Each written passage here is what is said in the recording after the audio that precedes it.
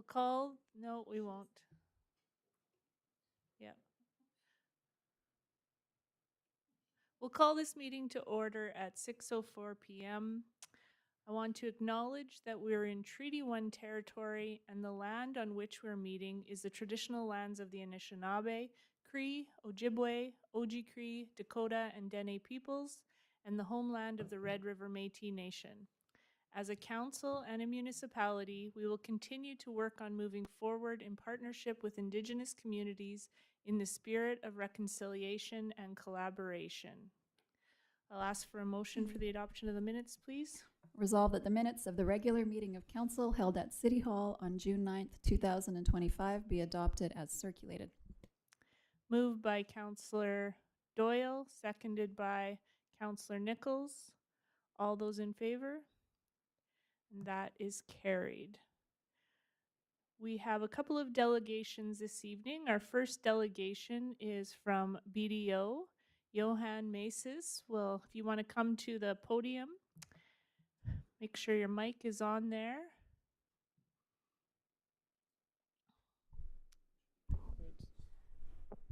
And the floor is yours. Thank you. Pleasure to be with you all. So what I'll do tonight is essentially present you the audited financial statements for the December 31st, 2024 year for the city of Portage. Okay. Council, we all have them in front of us too. Okay, so, sounds good. yeah.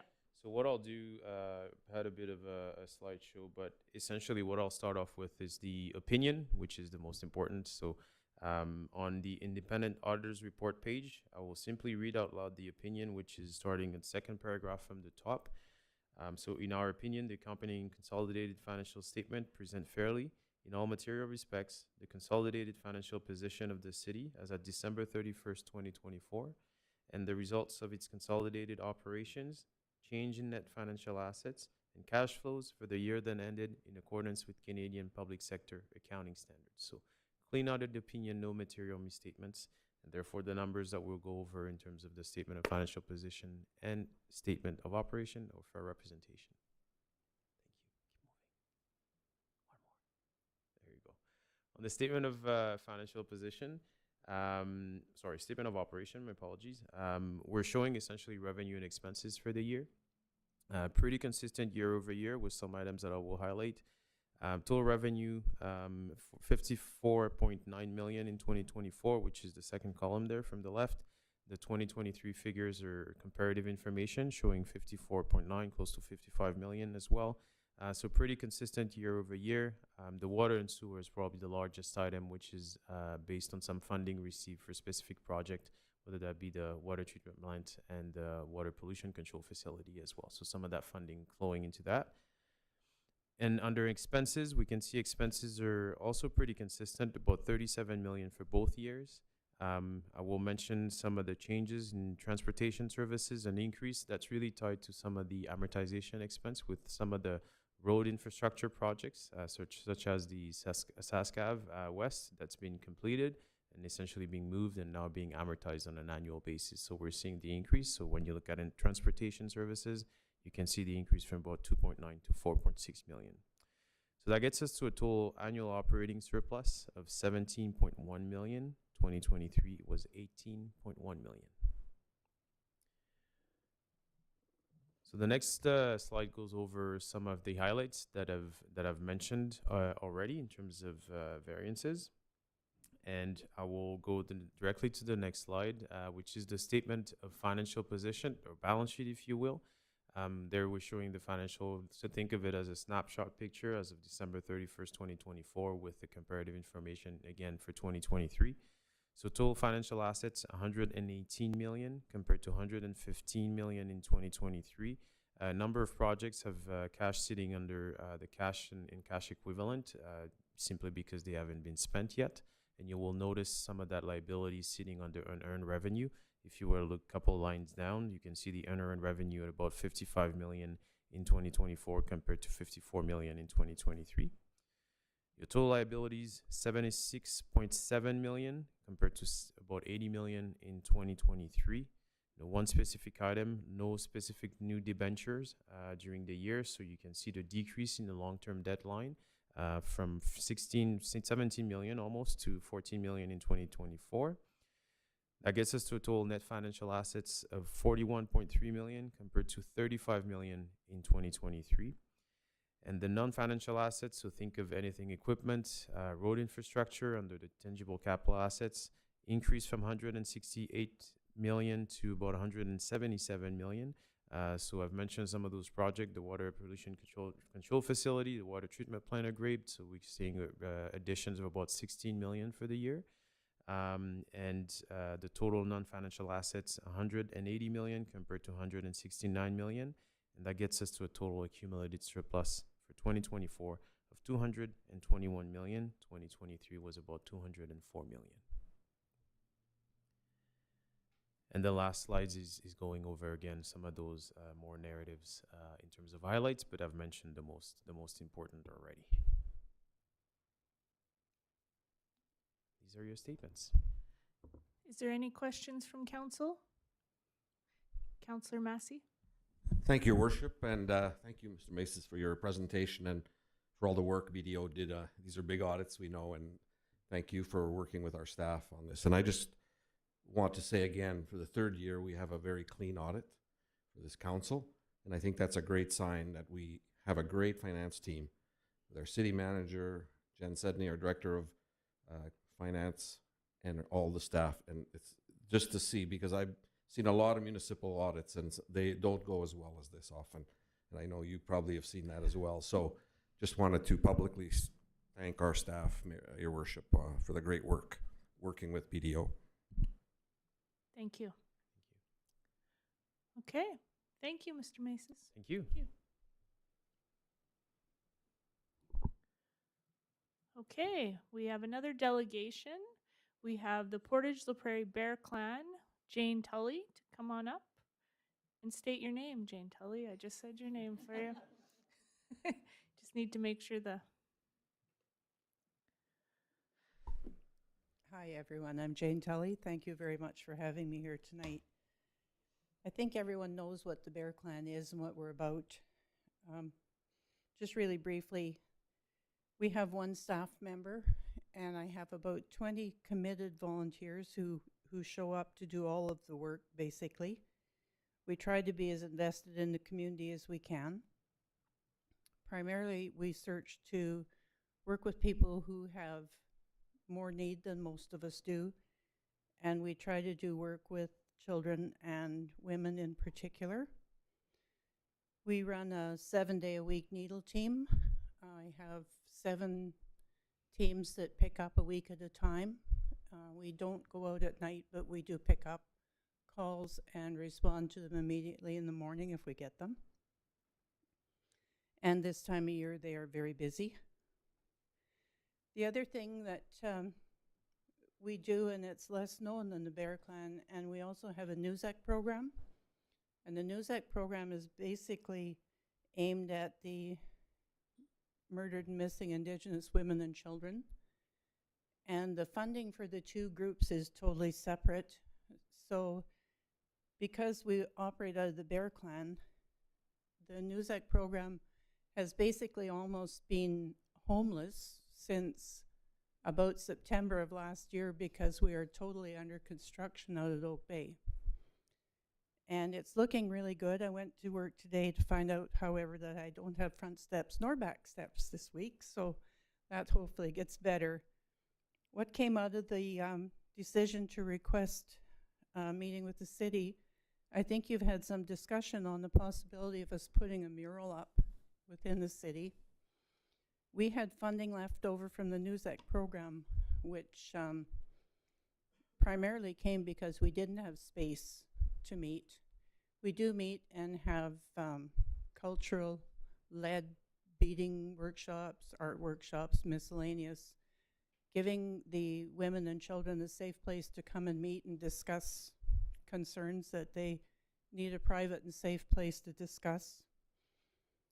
And as a result of the funding being left over, we have asked permission from Gillespie to be considered to put a mural up on the wall over at the Gillespie Center that would depict the Indigenous community in our community.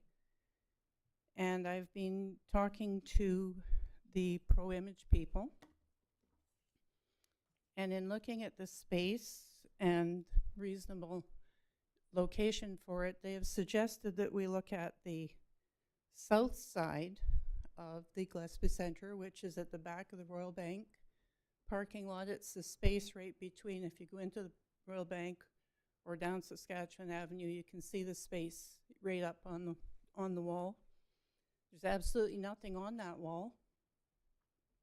We don't want for it to be quite that size. We would like it to fill the top 8 feet. The wall is 17.5 feet. We just felt that if we put it more to the top, it would probably be less of a target for anyone walking past and interfering with it. And the pro-image people we have had two Indigenous artists design it. It's really beautiful when you see it. It has both the Bear Clan Nuzek logos on it. And it would be aluminum with vinyl finish to it and then sealed so that it was environmentally protected.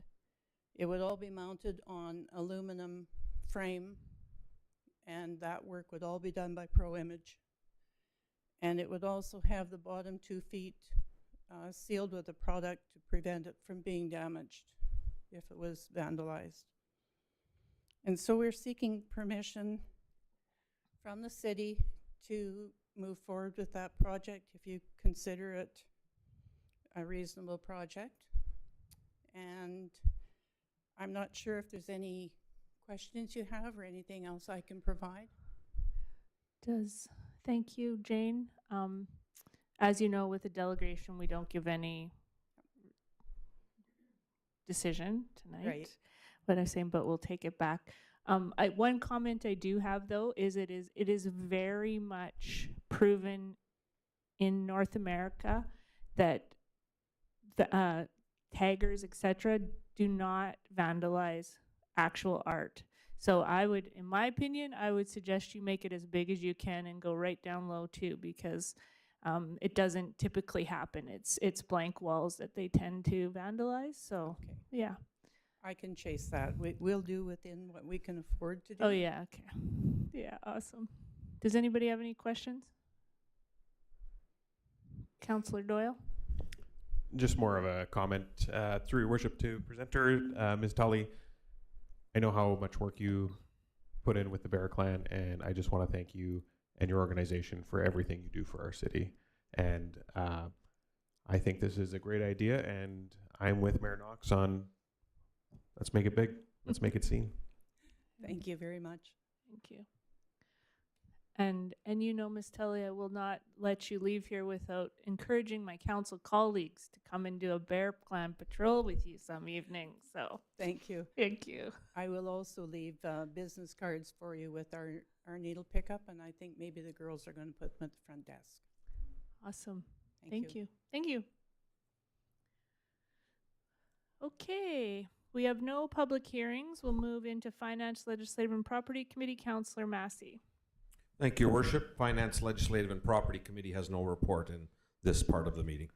Thank you. City Planning and Economic Development Committee. Councillor Meyer. Thank you, Your Worship. City Planning and Economic Development Committee has nothing to report. Thank you. Community Services Committee. Councillor Espy. Thank you, Your Worship. The Community Services Committee has nothing to report. Thank you. Waterworks Committee. Councillor Nichols. Thank you, Your Worship. Waterworks Committee has nothing to report this portion of the meeting. Thank you. Transportation Committee. Councillor Porter. Thank you, Your Worship. Transportation has nothing to report. Thank you. Public Safety Committee. Councillor Doyle. Thank you, Your Worship. Public Safety Committee has nothing to report this evening. Thank you. We have no deferred business. We'll move right into new business. We have Saskatchewan Avenue, Finance, Legislative, and Property Committee. Councillor Massey. Thank you, Your Worship and colleagues. This evening we're to consider the issue of obtaining Public Utilities Board approval for funding the installation of new water and wastewater pipes along Saskatchewan Avenue West through a debt surcharge on our utility rates.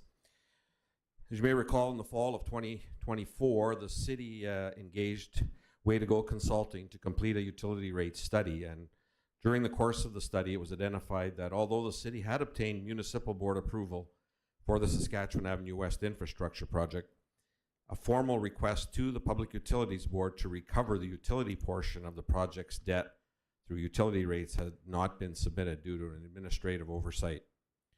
The project involved the installation of new water and wastewater lines between 4th Street West and Elm Street and was funded through $2.942 million in debenture debt, with the intention that repayments would be covered by our utility rates. The recent utility rate study confirmed that the following surcharges are required to recover the debenture payments from 2026 to 2037. And then you'll see there, I won't go through all that, but you'll see the rates, what this would mean on our rates based on the Saskatchewan Avenue project, the water lines, etc., for that project.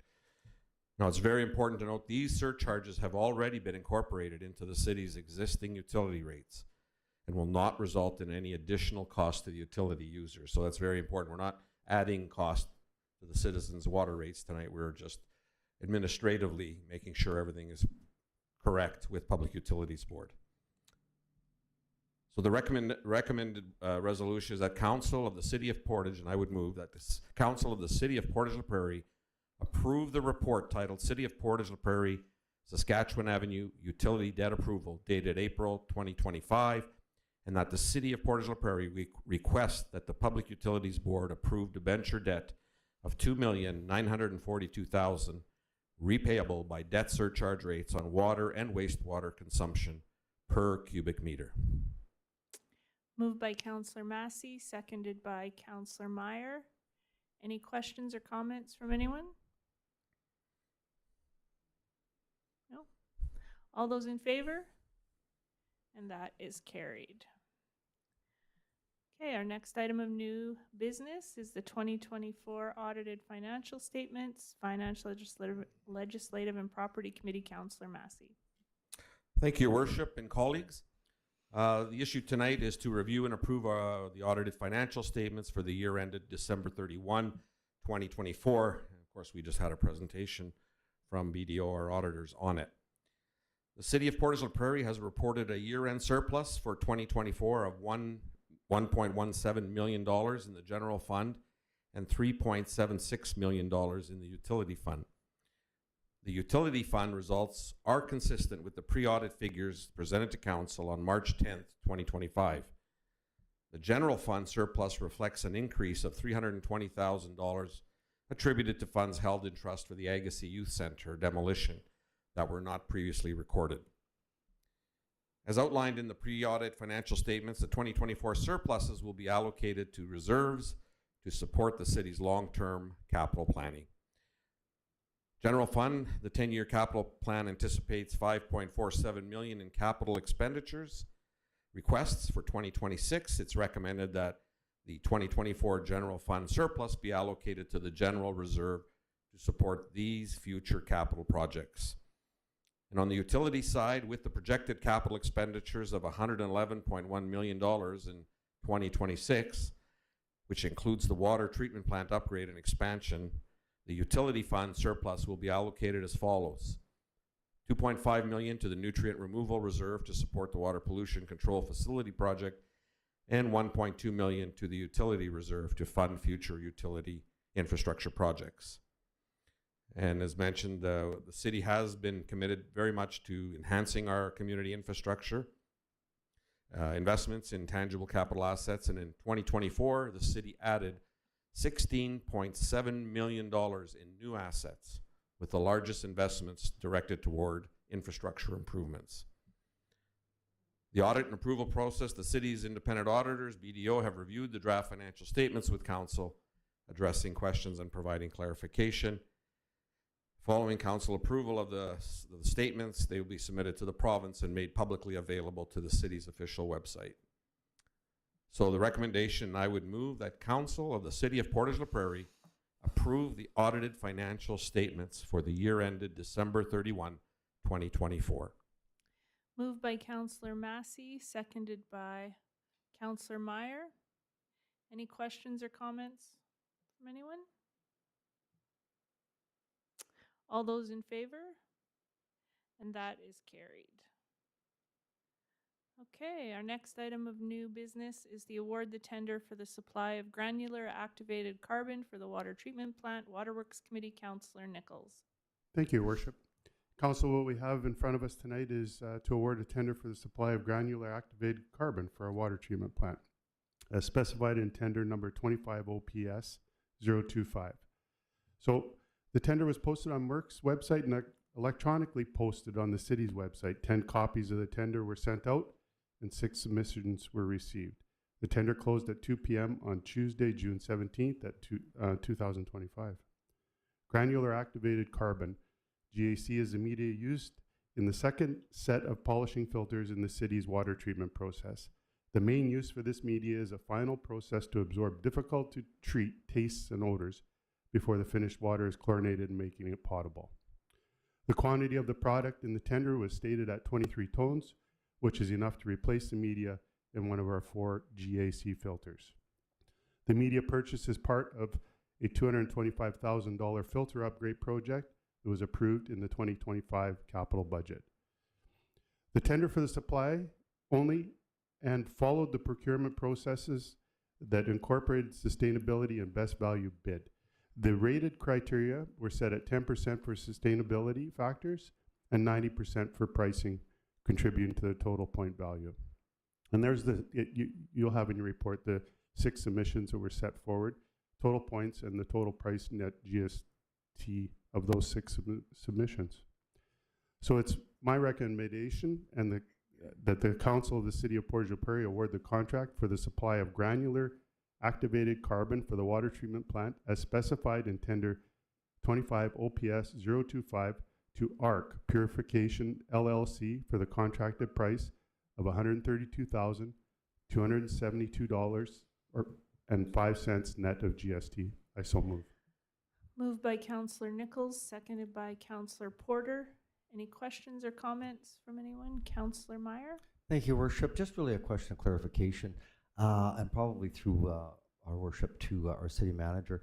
If this is already in budget and doesn't exceed the budget, what's the rationale why Council still goes through the approval process and we just don't automatically award it to the lowest tender? Ms. Chakota?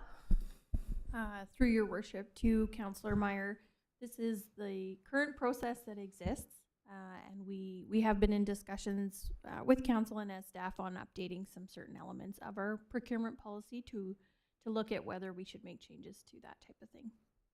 Sure, and just, sorry, if I can just add on to that, Your Worship, just what is the threshold that then will come to Council at this point in time? Any tenders, right? Like for them. Oh, I will defer to our Director of Utility. There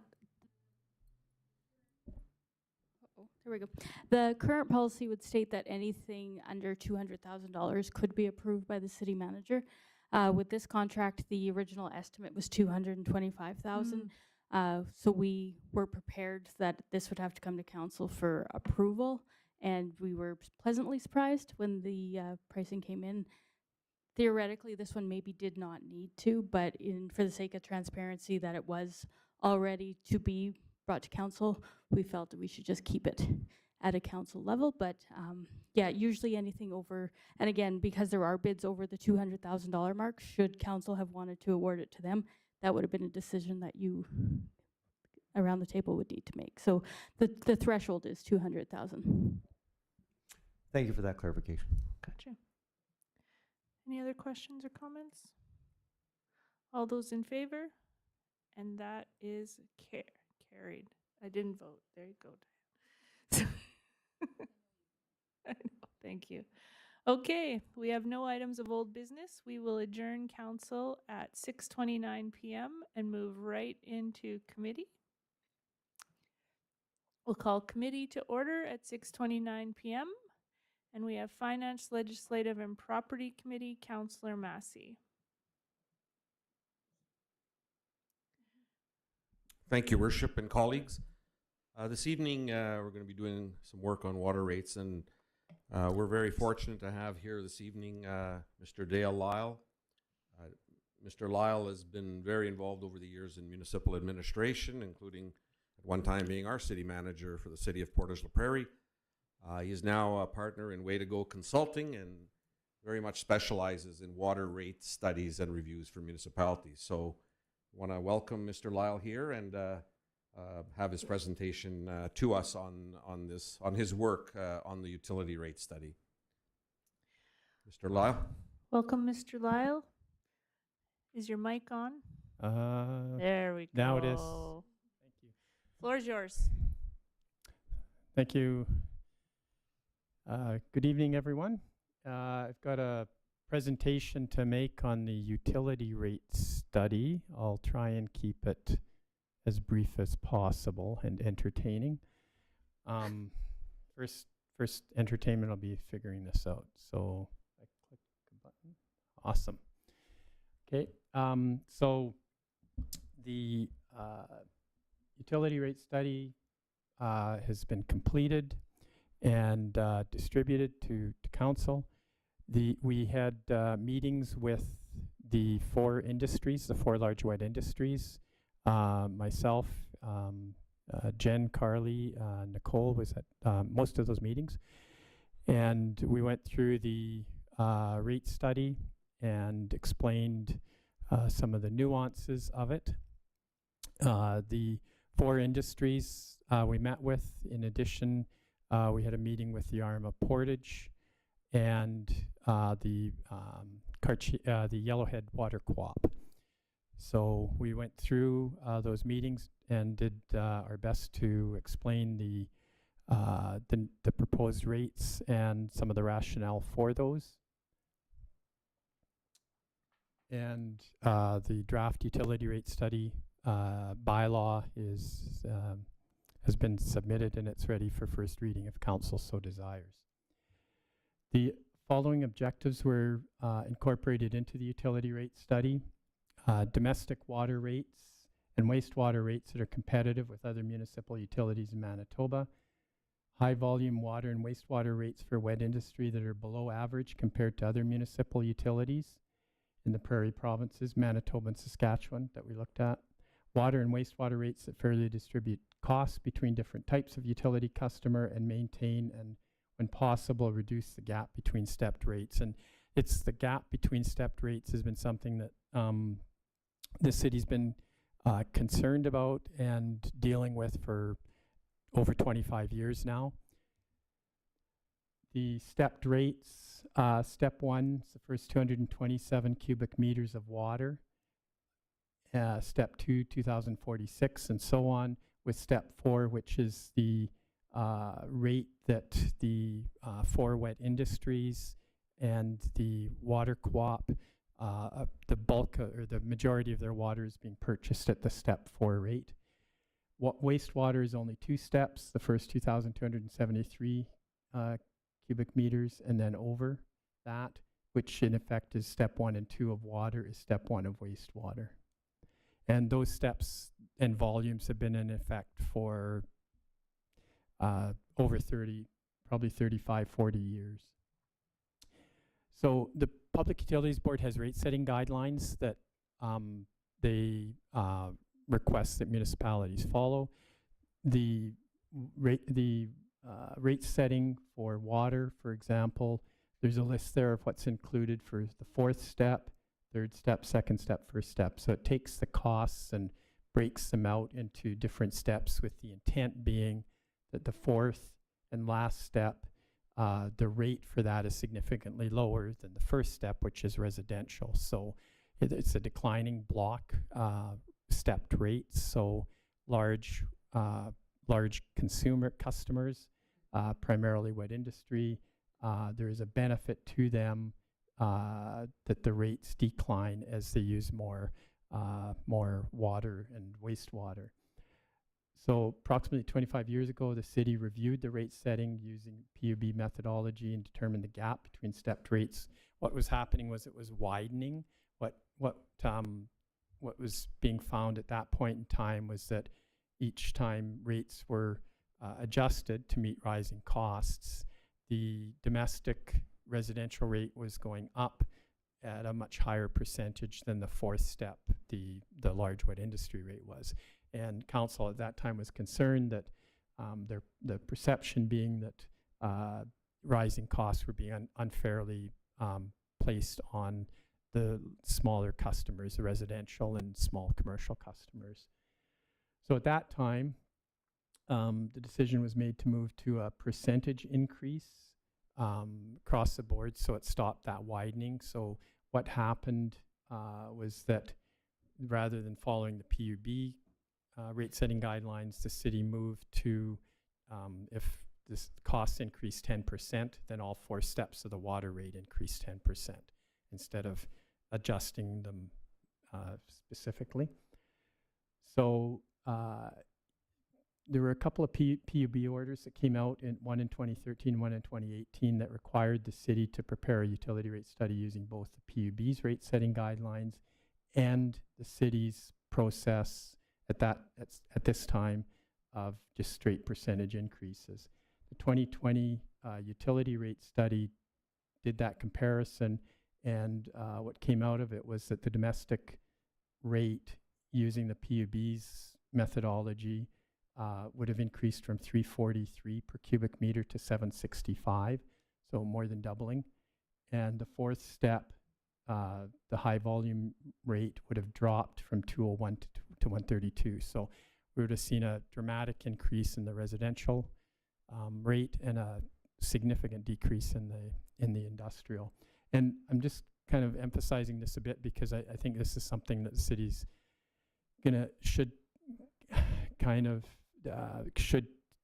review and keep an eye on going forward. There's dramatic changes in the utility over the next few years in capital with the water treatment plant and whatever happens with the wastewater treatment facility, and how those costs get allocated, whether it's on a straight percentage or using the PUB's methodology or some other hybrid, should be reviewed, because we're talking some major capital projects, and there's the issue of who should be paying for those and how to allocate that burden. So the 2020 rates study, instead of going from 343 to 765 based on PUBs, it went to 422 based on the percentage. So there was quite a change between those two methodologies. And industrial, the large user went from 201 to 215 for the fourth step. So, and that was just the PUB, their order in 2021 approving the last rate studies allowed the city to continue using the percentage method. And that's what this rate study does, is use the percentage method. So currently, water rates, the water net rate costs are $13 million forecast in 2030 for the water costs alone. And there's adjustments that are made to those, including there's a charge or a cost of $2 million as a transfer to utility reserve that's put onto the water rates, and $2 million onto the wastewater rates. So the total to be raised for water rates in 2030 is $16 million, and that's on the water rates that has to be raised. The calculation here goes through and comes up. In the end, the bottom line is that there was a 57% increase that had to be made to the water rates by 2030 to arrive at the funding that's required to fund the water rate side of this. So that's a comparison and shows the proposed water rates going from 264, the domestic step 1, up to 414 by 2030. And step 4, the variable rate for the large users, going from 89 cents to $1.40. Future utility rates, just again, something that should keep an eye on as far as the city goes. just with the large-scale projects that are coming up. Funding considerations for rates. They have to cover operating costs, obviously, but the working capital to fund capital costs that are anticipated over the term of the rate study.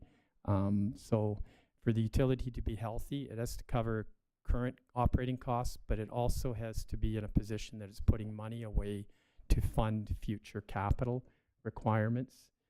And in the end, whatever can't be funded internally with reserves ends up as debenture debt payments that are utility rate supported, and that's the case of the water treatment plant upgrade. So the PUB has a calculation for working capital, and the working capital surplus, the 23 audited number was just under 21 million.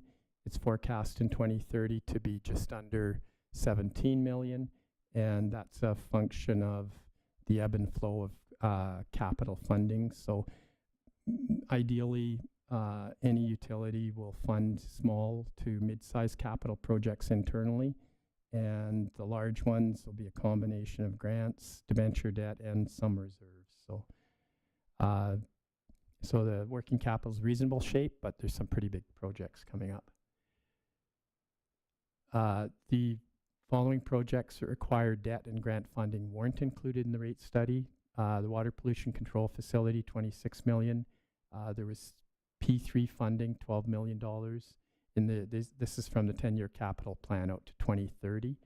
Jolin wastewater force main, 20 million. McMillan lift station, 7, and Poplar Bluff retwinning the wastewater force main, 20 million. So those aren't in the rate study. Those are some significant capital projects that have yet to be decided on as to whether the city's proceeding. The funding has to be arranged, and council has to make a decision on those. Water treatment plant upgrade. So this gets a little tricky. The PUB approves debt financing on utility rates separately as a separate process. So the utility rate study includes 1.65 million in water treatment plant upgrade operating costs. So the operating cost increase is in the rate study. The capital for the water plant isn't, because the PUB City Council has requested approval of that debt in principle from PUB already, and PUB, when the actual costs are known and everything's done, PUB would then approve it separately as a separate surcharge. So the rates that I showed you previously, and that we'll look at like kind of the total ones, those do not include the water plant capital debt payment. So the proposed rates, water, wastewater, are shown there. I think you've got this document, so I won't read through each one separately. The water, those are the water rates, and the wastewater rates only, separate from each other. The reasons for the rate increase. So water purification expenses going up by 2.6 million. 1.65 million of that is due to the new water plant. Water amortization expense, again, largely due to the new water plant, up 1.1 million. Wastewater amortization's up 736,000, and those are functions of just large capital, continued capital expenditures, and the depreciation of those assets in effect. Contingency allowance, PUB has a requirement that it be built into the rates. It's 1.3 million in total, and then an increase in the operating surplus, basically to fund the utility reserve transfer. So that's 8.3 million of the 9.1 million increase. So utility is going from basically 14 million in operating in revenue that's required every year. It's increasing to 23 million by 2030. So it's a pretty massive utility. Comparison to other municipalities. So the yellow is Portage, and there's a list there of rates that have been set by the PUB in the last 2 to 3 years. So domestic, or the minimum, and this is for a minimum bill, 14 cubic meters. So relatively, so in kind of the bottom third currently, rising to the upper third by 2030. But a lot of these rates that are shown here are ones from 22, 23 out to 25, 26. So this whole scale, just what we've seen with rates is they've been going up fairly dramatically. Rate comparison to, and I should mention that this does not include the impact of the water plant. Comparison with other utilities in Manitoba and Saskatchewan. Minimum bill currently $84, going up to $120, and it shows a comparison to other utilities. The one that's outlier that stands out is Steinbach, is way down, has minimal treatment and lagoons, but the other communities largely have either large lagoon facilities or wet industry they're dealing with in the case of Nippon and Brandon. So rates compare quite favorably. Other utilities, so 40 cubic meters, which is an average quarterly bill. Comparison currently $198 going to $288, and there's the comparison of with other utilities across the province and across Manitoba and Saskatchewan, the larger utilities. And yeah, of the utilities that I looked at in Manitoba, the only ones with stepped rates are Portage, Nipoa, because of High Life, Minnedosa because of the ethanol plant. There's a couple RMs because of dairy farms that have stepped rates. Brandon doesn't have stepped rates anymore. So you don't see stepped rates much in Manitoba. It's just because of large wet industry of one shape or one form or another. There's 400,000 cubic meters, a comparison for water and wastewater, 910,000 right currently, going up to 1.29 million, and again, the comparison is very favorable. There's some of those communities in Manitoba and Saskatchewan that certainly don't have the capacity for that kind of volume of water and wastewater services. And 500,000 water only, there's a comparison. Water co-ops, so the Cartier Water Co-op and PVWC happen to have the same rate right now, $267. Third step for City of Portage is $207 right now, going to $328. So again, and PVWC has a rate application into PUB. So compares favorably to the large water co-ops. So rate setting process. So the PUB, if council wishes to proceed, you give first reading to the bylaw, and it's submitted to the Public Utilities Board. They review that and will then send a draft notice that has to be advertised. Any questions, comments, concerns, the PUB will expect that the City of Portage will respond to those. And depending on the number of complaints they get and the city's responses to those complaints, the PUB will then determine whether to hold a public hearing or not. Typically, about 1 in 20 rate applications end up with a public hearing. So it's typically not often. My experience is as long as if there are complaints, if the municipality, the utility is responding to those complaints, answering those questions, PUB generally, if they feel that the rate study is warranted and makes sense, they would proceed with it. So it depends on what the complaints you get and how they're handled. If there is a public hearing, it would be in Portage, in the city, and the PUB will then make a determination on whether to approve, amend, or reject the utility rate bylaw.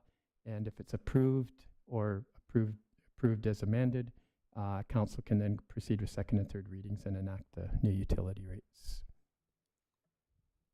I don't know. I think that's about it. I wanted to kind of emphasize a little bit that typically with utility rate studies, my experience is that as far as kind of pre-meeting with large customers, about the only time I've done that is with the city of Portage.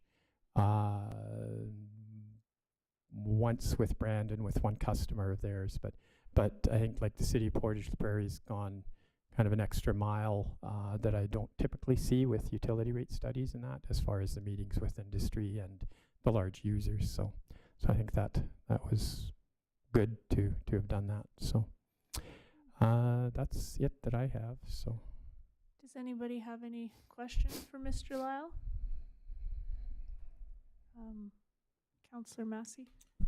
Thank you, Your Worship, and thank you, Mr. Lyle. Great presentation, and thanks for all your work on this. It's a complex area, and I know you've done a lot of these, so appreciate your.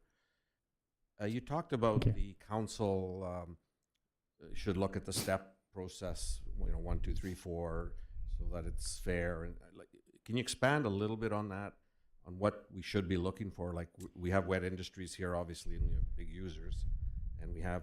Like, are there guidelines of looking at that, or is it purely a discretion that council? Yeah, it's purely discretion. So, Portage la Prairie's rate setting methodology, like the percentage for the stepped rates instead of that calculations that the PUB has. The city of Portage is the only utility in the province that's not really following the PUB rate setting guidelines.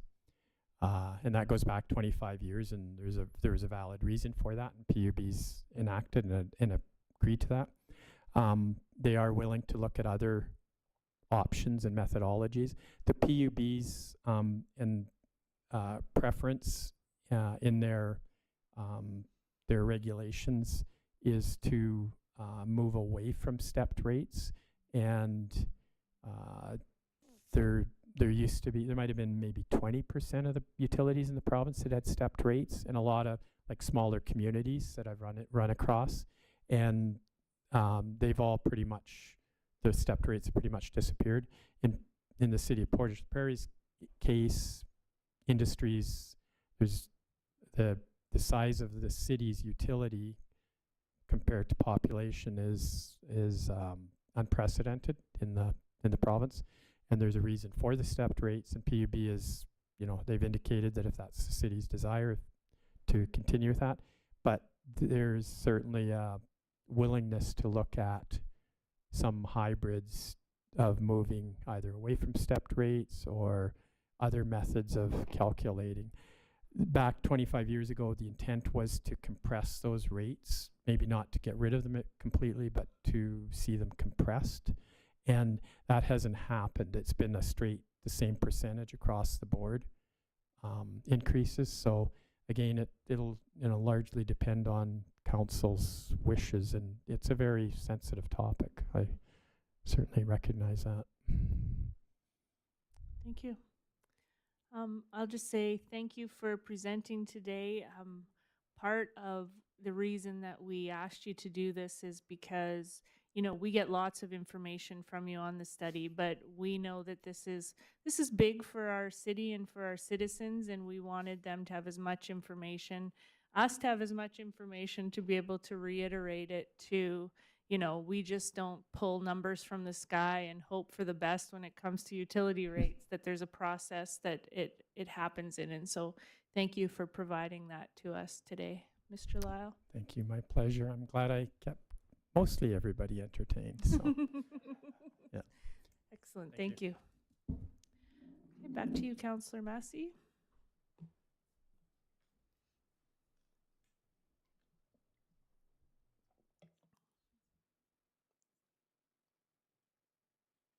What's that?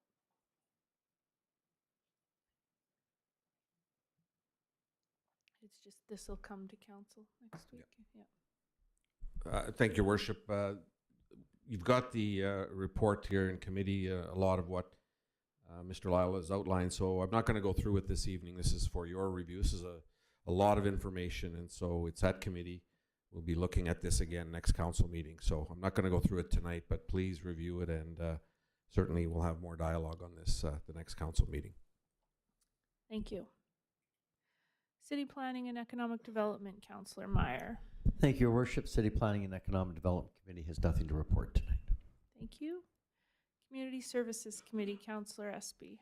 Thank you, Your Worship. I don't have anything on my agenda, but I do have a few items to talk about. So through Your Worship, I would like to call upon Executive Director Kozar to start talking about the graffiti removal program. Yes, so once again, we will be running graffiti removal starting June 30th. So if you see graffiti around our community, please give us a call or email us at graffiti@portagecrc.com, and we will take the appropriate steps to have it removed. So we do need signed consent from the property owner, but our green team will work on that. Excellent. And what was the cost of that? It is free for the community for July and August. So get your graffiti requests in. Thank you. And just to clarify, is that if we see it, you'll reach out to the property owner, is that Yes, correct? we do the legwork. So even if you see it somewhere around the community, you can report it and we will take the steps to find the property owner. So even if it's a rental property, we will do some digging on it. Awesome. Thank you. Thank you. Councillor Espy. Thank you, Your Worship. Through Your Worship, I'd like to call upon the youth councillors to give us a brief presentation on their trip to the legislature.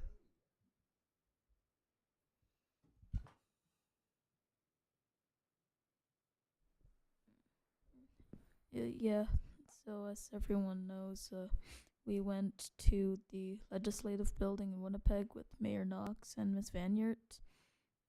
It was a good time. We learned about the history of the building. We met with the Premier Canoe. He invited us into his office, and he came across as both humble and professional. Gave us a bit of insight, and we also got to meet with the fellow youth councillor Akila Daibu and the mayor of Morden. Unfortunately, we didn't get a lot of time to discuss with them and share our experiences, but we did talk a bit. We also took a few pictures with the premier and of the legislative building to post on our social media accounts, and we shared gifts with the premier, some socks from Portage. Councillor Espy. Thank you for that. And certainly, I think last but not least, I'd like to call upon Councillor Nichols for a couple of items. Thank you, Councillor Espy. Through Your Worship, I had the great opportunity to attend a couple functions on June 14th, and I'd just like to share with. One was the Fort Lorraine Museum Father's Day celebration. It was a great day. The weather was wonderful. There was lots going on. We even somehow or another talked Councillor Meyer into doing some food prep for us and barbecuing, which was great through the United Way. He did a wonderful job of that, and there was a lot of smiling faces, a lot of there was a few haircuts done, a few beard shaves done. There was some cars to look at, and it was, overall just a great day. The venues that were set out, and it was a wonderful time. So, and then so kudos to Fort Lorraine Museum and all the work that they've done in setting that up, and the support with United Way and some of the food groups and the vendors there. It was well done and well attended. Then later on the afternoon, I went over to the Nigerian Cultural Day celebration, and I was joined there by Councillor Porter and Councillor Massey. And I'll tell you, that was not only a learning experience, but it was a celebration that was colorful, and again, I emphasize the learning piece. I learned a lot that day in terms of the Nigerian culture and where they come from, their traditions and their clothing.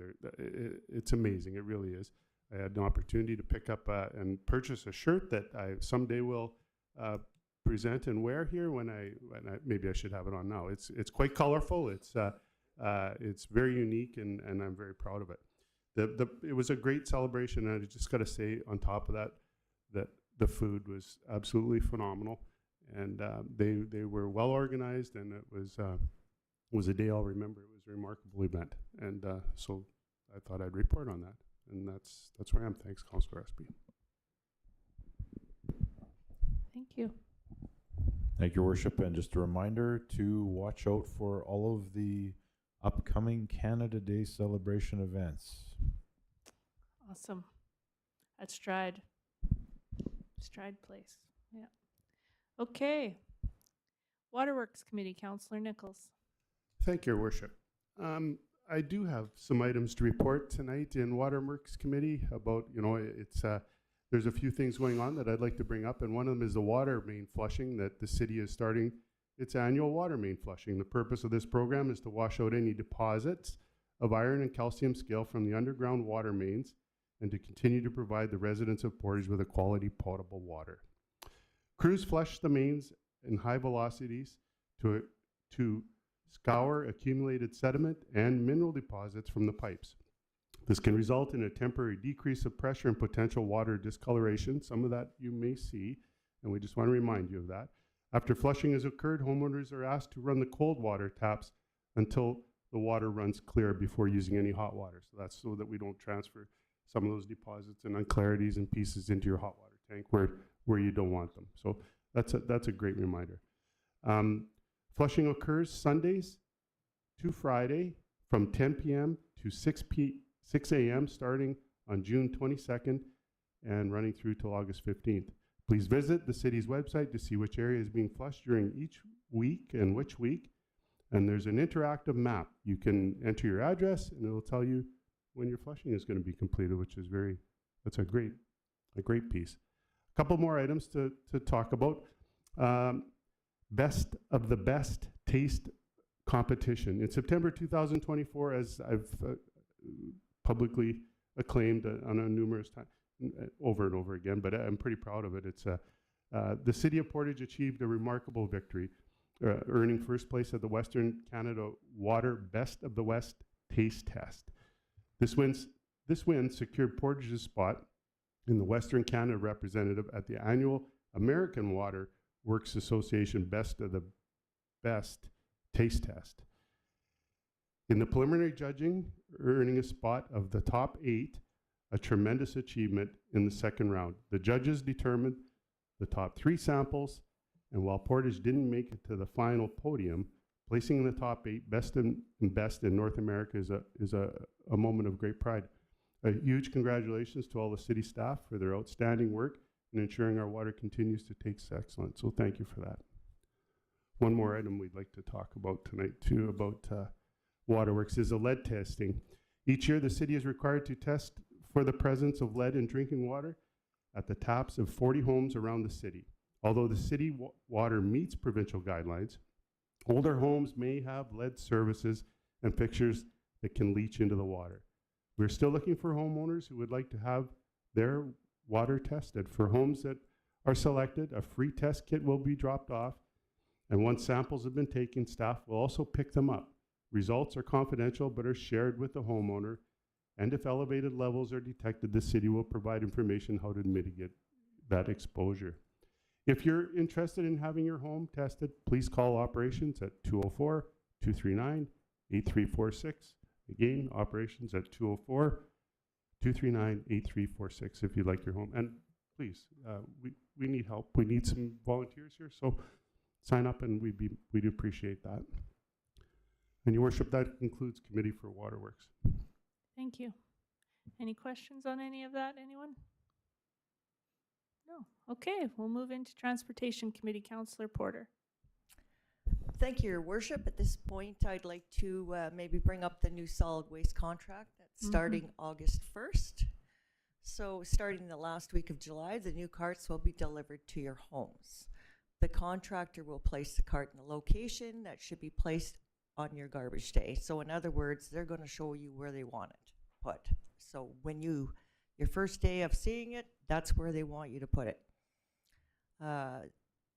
Frequently asked questions for this new system has been put on our city website for more information.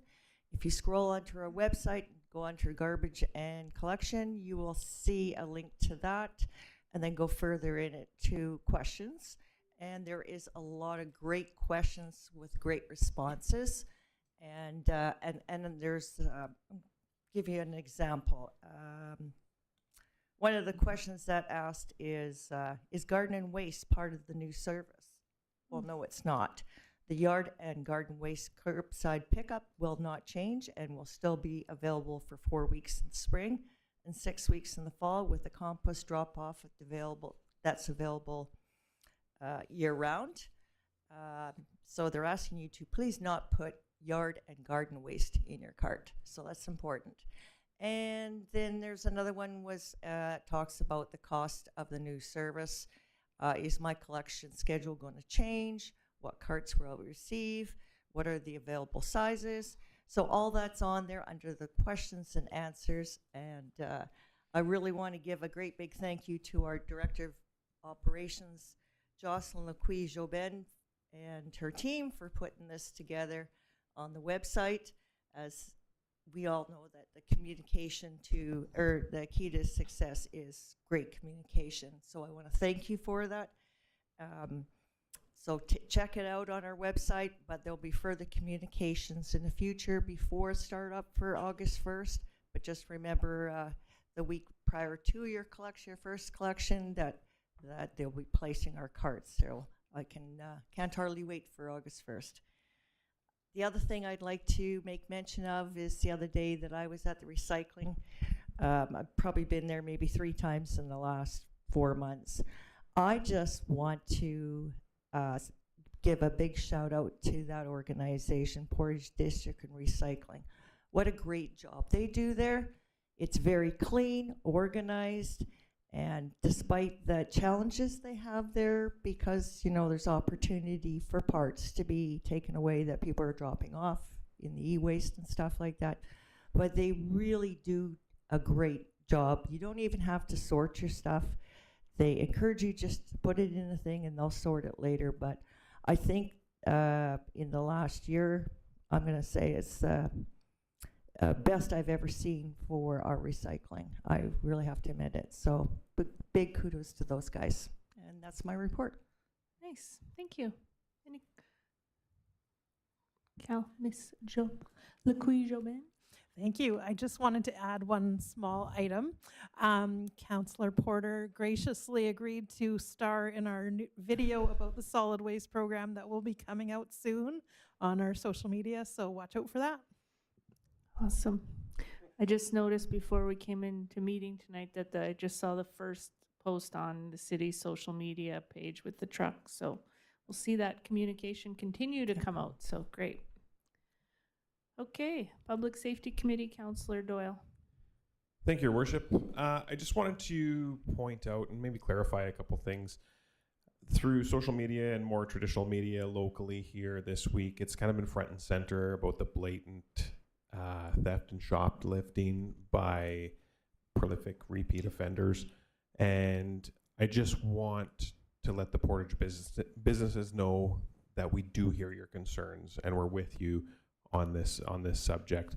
You're definitely not being ignored. And I want to speak in defense of the RCMP because there's lots of comments on social media about why the RCMP would release these offenders after they were arrested. And I just want to clarify that it's not the RCMP who decides who stays or who gets let out of custody. So they're just as frustrated as everyone else, especially picking up the same people all the time. So it's time for the other levels of government to take a close, hard look at how we handle prolific offenders, because it's definitely time for a change. And that's all I have. Yep. Good comments. And I will say that since, you know, just this week with it coming through is that I have heard from a number of businesses, including the ones that were affected, and their feedback really is about the city and us implementing the community safety officer program, that it is helping them. Like they said, we know shoplifting has been around since there's been stuff to steal. That's not what we're talking about here. We're talking about prolific repeat offenders, which is the frustration. So yeah, good comments. Anything else? That is everything. Excellent. I missed one, Ryan, when you were doing your community services, but I just realized what our date of our next meeting is. And between now and then, on July 5th, is the Portage Pride events, all of their parade, etc. We'll see more of that information coming out. So that's exciting. Yep. We went, a number of us, or I should say Councillor Massey and Councillor Porter, and I attended the National Indigenous Day celebrations this past weekend, which was a fantastic event on Island Park. And the main organizers to that would be the Friendship Center. So kudos to them for all they do. It was heartwarming in the fact in previous years when it happens during the week, the schools come, right? And so it's hard to get a gauge on, you know, the crowd, because obviously students are bused there, made to be there. But the park was full on Saturday, showing that our community wants to be there. And to me, that's a really great sign of people embracing, learning about Indigenous culture and moving forward. So that was great. We also, the weekend before, had the opportunity to attend, on the same weekend you went to the Nigerian, was the Filipino celebration. I bet you they could, you know, compete when it comes to color and sound and music. The Immigration Minister Marcelino was there, and she had been to a number of Filipino events in the province leading up to that, and she said Portage's was the loudest and the most lively one that she was at. So we'll take that. Over 100,000 Filipinos in Manitoba now, and so you can, and Portage la Prairie is lucky to have a very large Filipino culture here. Did I forget anything else, Diane? No. Okay. Awesome. Thank you. We will adjourn at 7:11 p.m.